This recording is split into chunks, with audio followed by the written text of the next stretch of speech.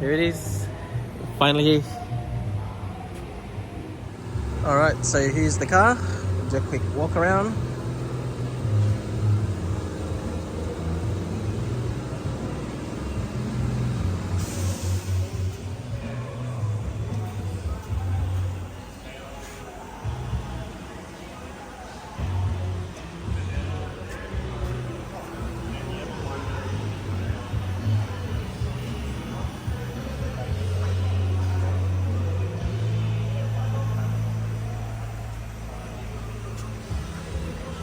Here's a quick look at the interior.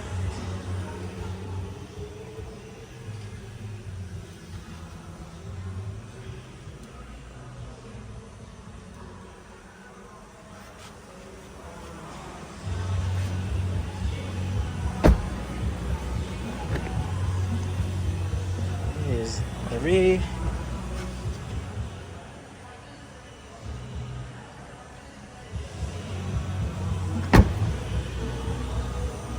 And the boot, or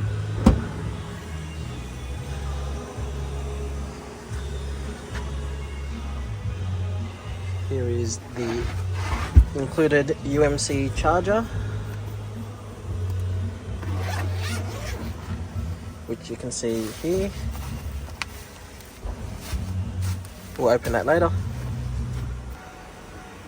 So that was the UMC.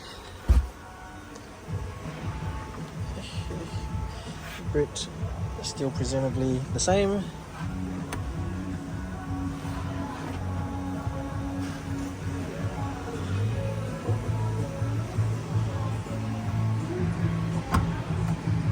Okay, and we've had a quick walk.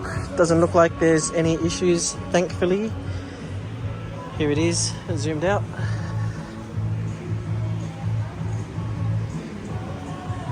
Time to go. 9 kilometers on the car as of delivery date. So many options, as you can see over here, which we'll get through in the next couple of days or so. But for now, it's home time. Let's go. All right, that's it for now. We're still in the Alexandria delivery center. As you can see, quite a few cars to deliver. Time to hit the roads. Let's go.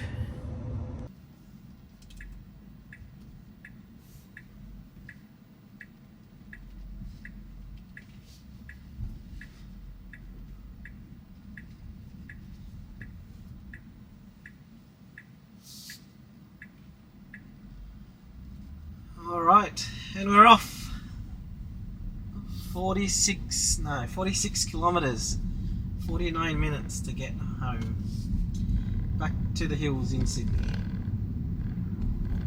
Oh, is this real? So, I have never driven a Model Y before, and this is the first time I'm driving Model Y, and we are in the performance version. How does it feel? 100 meters, turn left onto Burke Road. Alright, got to work out how to shut that one down.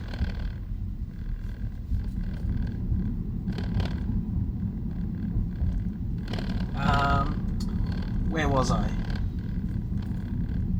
Now turn left onto Burke Road. Yeah, no, this is going to do my head in. No navigation, please. No noise.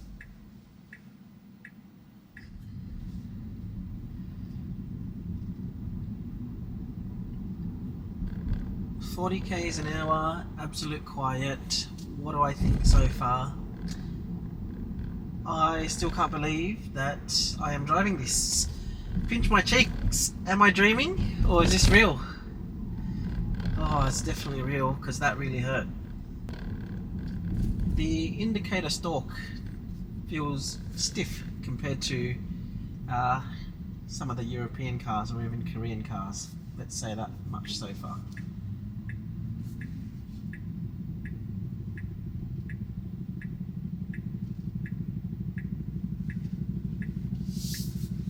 So, travelling about 40 something kilometres. It was on 69% when we picked it up, and saying by the time we get home, which is about 40 odd k's away, 59%. So it's about 10% to do that distance, and it's avoiding tolls, So it doesn't seem too bad. I don't know what to expect or what to compare it to, but it seems okay.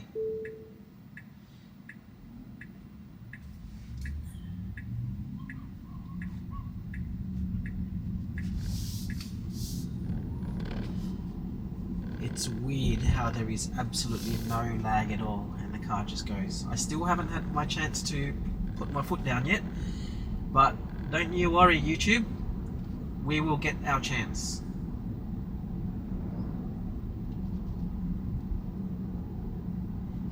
And initial drive, it is weird that I'm looking a bit to the left and I'm not looking down.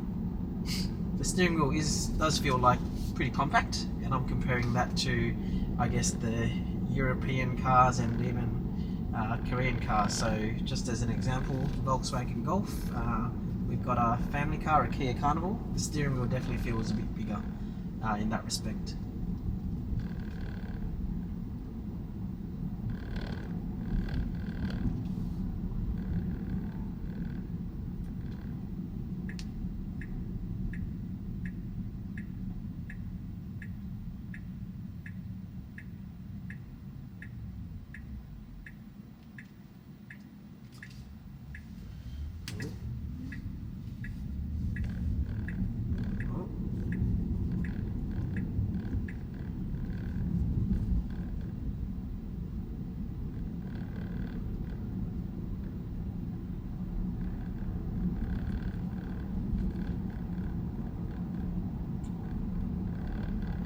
Alright, so we've driven a few kilometers and the car still says calibration in progress.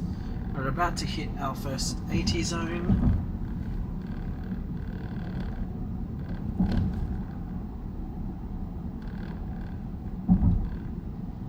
Off to, not too sure what tunnel this is, but clearly heading home.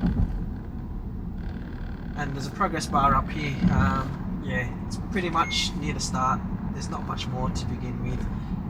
It'll have to calibrate for a while.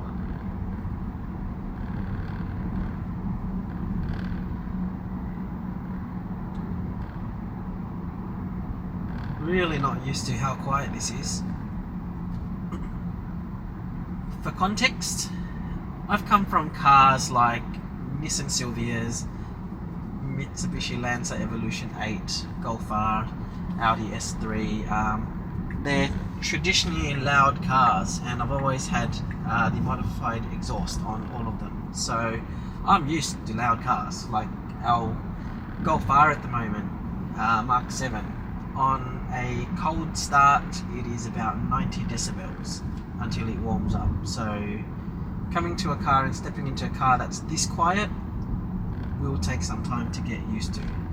But at the same time, it's quite nice. So anyways, I've got a list of stuff for us to go through. So we'll address them as we go. So how did we come about to land on the Model Y? Well, as a car enthusiast and as a nerd or a tech enthusiast, we love all things cars and, I guess, technology.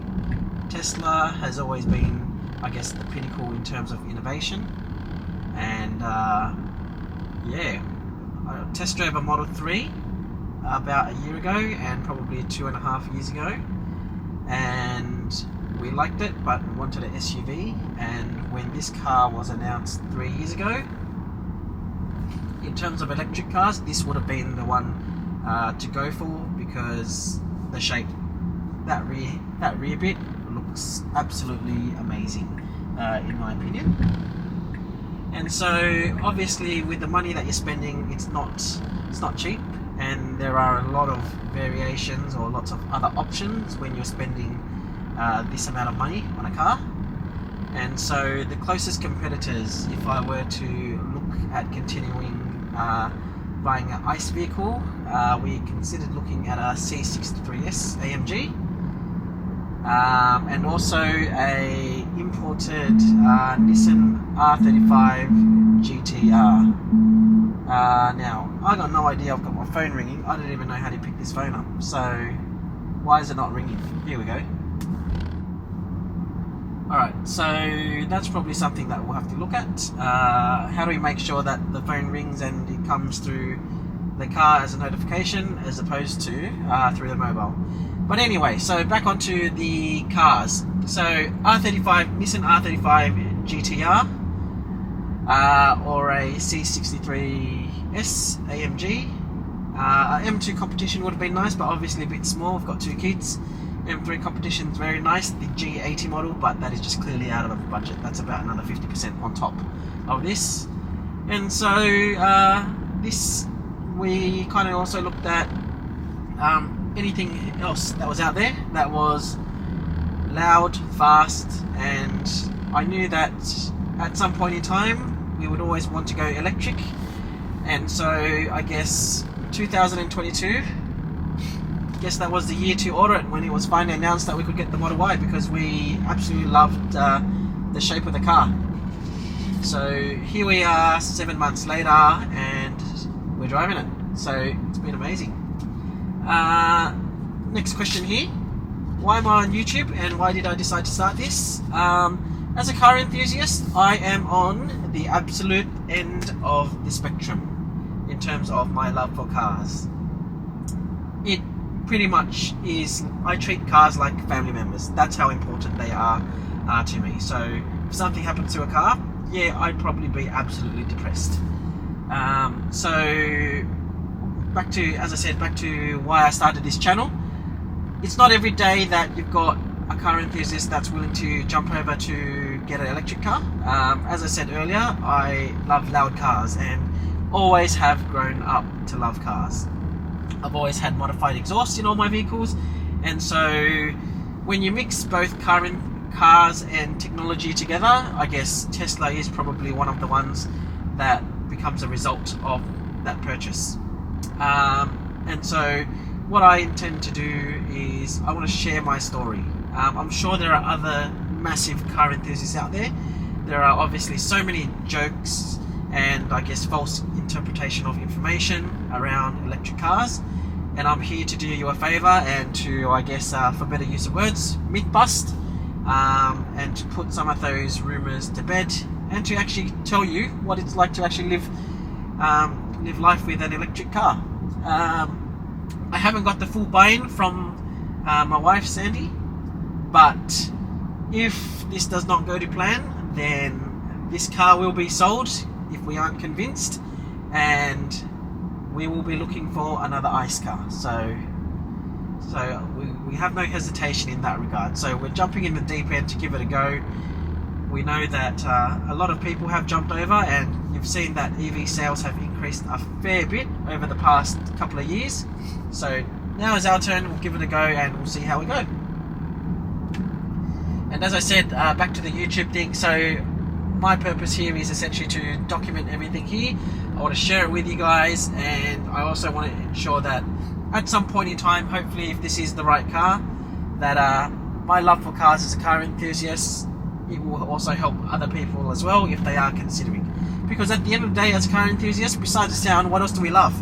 We love going fast, and 0 to 100 with instant torque in 3.7 seconds. That is something that a lot of people, I'm sure, can attest to, that they like, that they love. Now for context, this 0 to 100 is pretty much the same 0 to 100 as our current Mark 7 Volkswagen Golf R. So with that said, this could probably do the same from a standing launch, being quiet, whereas for the Golf, you'd need to be in launch control to achieve a 0 to 100 time like that.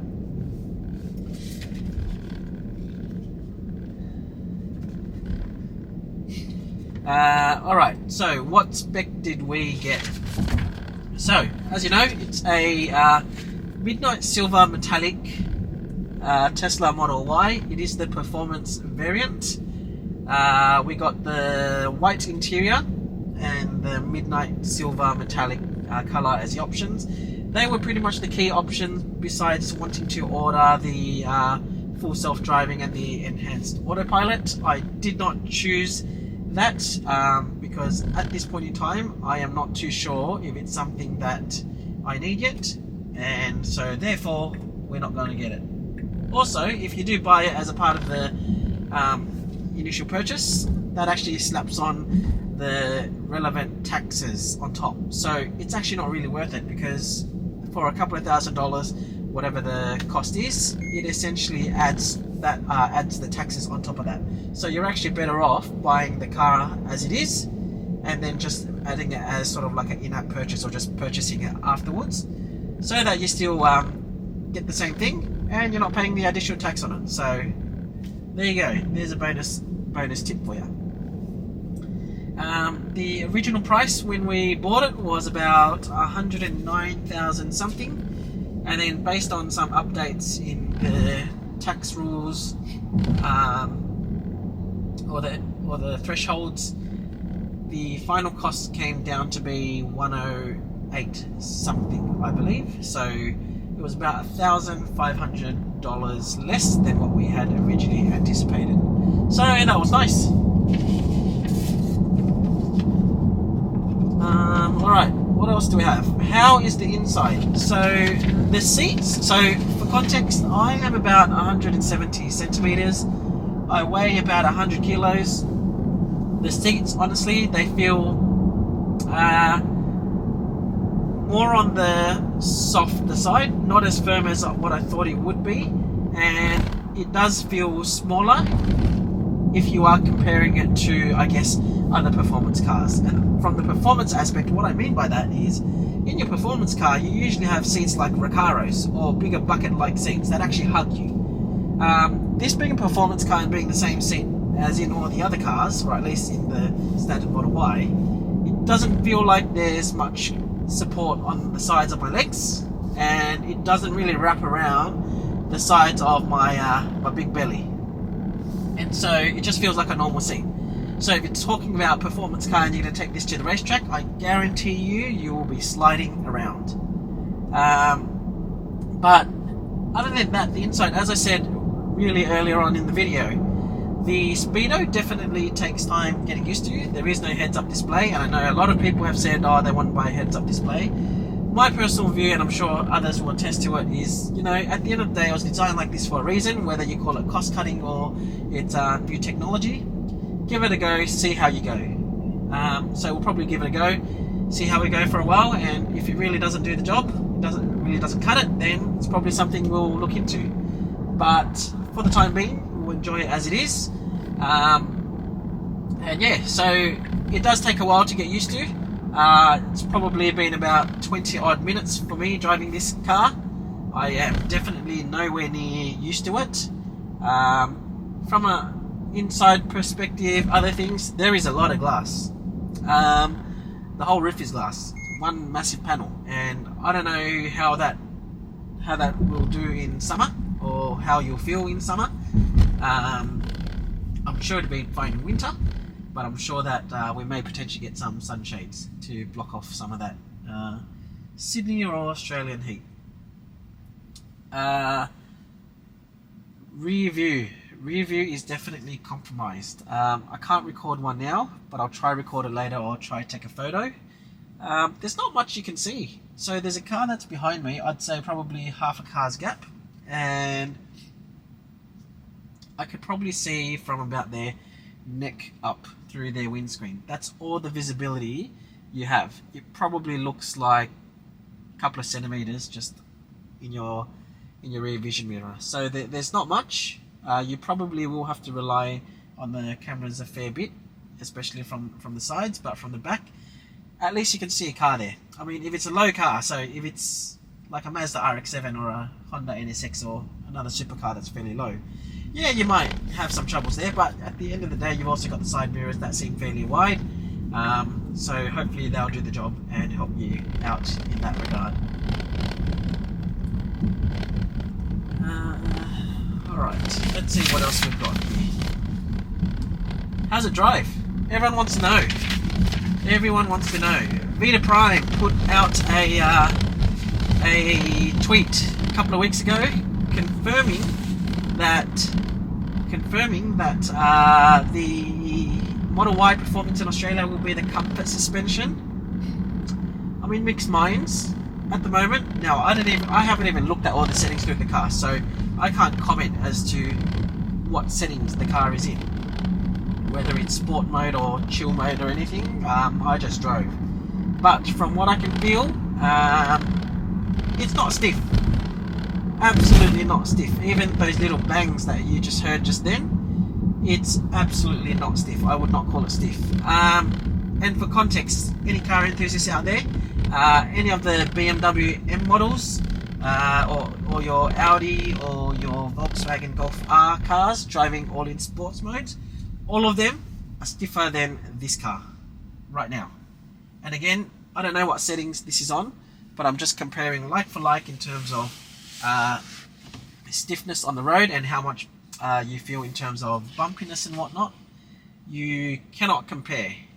So the BMW M cars and the Golf Rs and the Audi S's and RS's, all of them are way stiffer than this. So anyone who says this car is stiff after driving it, you should drive the other competitors, and then you'll understand that this really feels quite soft.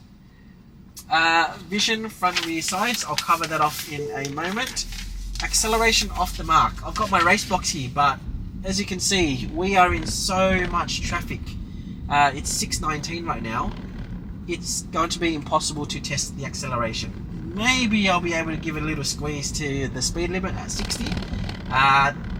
Absolutely no chance in trying it for a 0 to 100 sprint anywhere, even on the highway where it's 100 zone, because there's just so much traffic. So rear vision, I already said, I feel like it is absolute compromise, but you know, at the same time, it's also a given because of the shape of the car, of the back. Totally worth it in my eyes. I'm happy to sacrifice that for the shape of the car, no problemos. Sides, it feels perfectly fine. I think when you use the side indicators, when the cameras pull up, that is really, really helpful. I didn't ever think that I'd like it that much, but it is pretty helpful. I haven't got used to these sensors and everything showing up on the car on this map thing here, so I can't comment too much on that.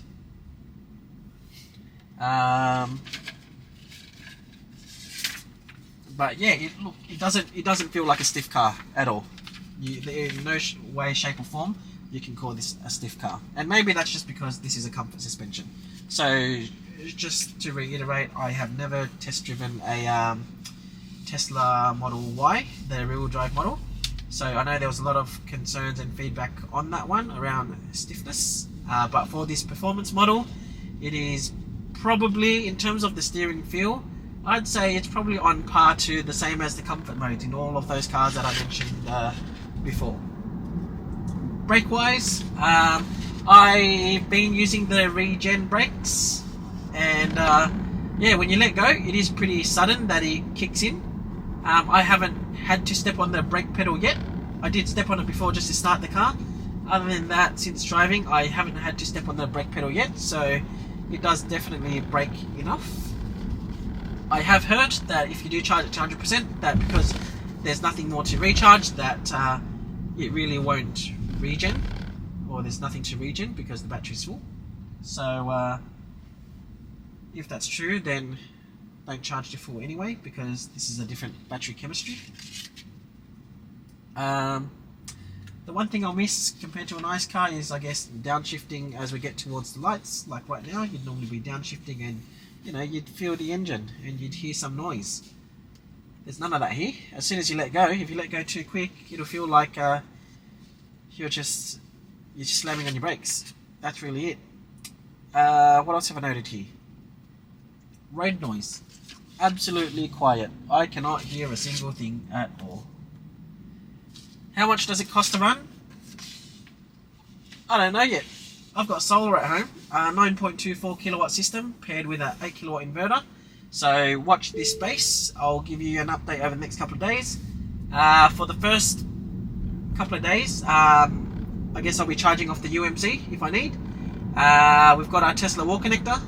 Haven't got that installed yet. That'll get installed on when? That'll get installed on Wednesday, I think. So watch this space. I'll see what the cost is. I'll have to have a look at it when we get back home. Can make another video on that.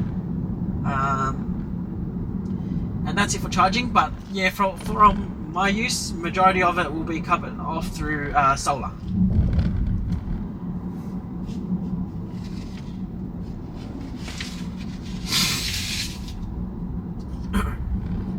So what's my opinion overall? I like it. I mean, maybe it's because it's a new toy and I'm a bit nerdy or techie. I like it. Steering wheel feels definitely on the chunkier side. It does feel like you're driving a car. So our other family car is a Kia Carnival, and the way that I kind of explain it is like a boat. There's no steering feedback, and when you drive, you're driving. You're moving. It doesn't feel like you're moving. If you turn too hard, you're definitely going to roll with the car based on the body roll. But generally speaking, if you turn, the car will just turn, but you don't feel it. There's no feedback in the steering. At least for this car so far, based on city driving, I can feel it. So it's good in that regard, that it's definitely not a car that has no feel or no feedback. So I don't know if I'd necessarily call it a driver's car in terms of the engagement, because normally I guess the noise helps with your oral senses, but it's definitely got some feedback there, so I'm happy in that regard. I haven't been able to test the acceleration as yet, but having needed, based on the drive so far, there have been a couple of times where I've had to step on it just a little bit, but realistically I'd say I've probably only used 10 to 20% of the power in terms of how far I'm stepping down on the pedal. So it's definitely not much. It's definitely got a lot of room for stretching its legs. I mean, at the end of the day, it's got 393 kilowatts and instant torque. So yeah. Would I stick to EVs for good is my last question before we wrap up. The short answer is no. I would love to own a Porsche 911, which is the ultimate driver's car in my opinion. Maybe the Taycan is too, but for the time being, 911 has always been up there. Maybe a R35 GTR, and I would always love, which was a poster car, a Mazda RX-7. So no, I am definitely not done with ICE cars. I will absolutely be grabbing another one. Assuming that I can afford on Monday, but based on the prices of how they are now, probably I'd never get one. But if I did have the money, yeah, absolutely, I would still buy an ICE car.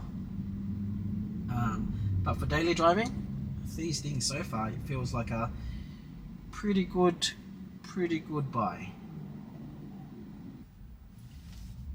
Alright guys, I think that's about it. Thank you for driving with me, coming to pick up my car, our new Tesla Model Y Performance. There was a couple of other performance pickups in Sydney, so hopefully we'll see more of them around soon. But if this video helped you, give it a like, give it a thumbs up, subscribe for more content, hit the bell notification, hit the bell icon, sorry, for the notification. See, this is all still new to me. Yeah, long story short, like, subscribe, enjoy the content. I hope you've enjoyed it so far. There will be plenty more videos to come. I still have a couple of boxes of stuff that I haven't opened up, and yeah, there's going to be so much more exploring at some point in time. We definitely have to go use that race box as well. So yeah, thanks again for watching. Like, subscribe for more content, and we shall see you soon.